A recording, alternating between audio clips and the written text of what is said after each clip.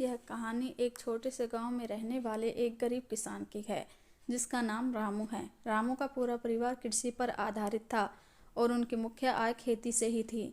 वे एक छोटे से खेत में जैविक खेती करते थे और खेती में विशेष रुचि रखते थे। रामू की कहानी उस समय से है जब उनके पास बहुत ही कम सामग्री थी, लेकिन उनकी मेहनत और प्रतिभा की वजह से उन्हें किसानी में सफलता मिलनी शुरू हो गई। विशेष रूप से वे जैविक खेती करते थे। खेती में विविधता की बजाय खेत में खाद प्रदान करते थे। अपनी मेहनत और काम से रामू की खेती धीरे धीरे फलने लगी। उनके निर्माण की क्षमता में भी वृद्धि हुई। वे होने वाली वृद्धि और अपनी हवेली को स्थानीय बाजारों में देते, जिससे उनकी आर्थिक आय स्थिति में सुधार आया। रामू की सफलता उनके परिश्रम, संघर्ष और धैर्य की कहानी है।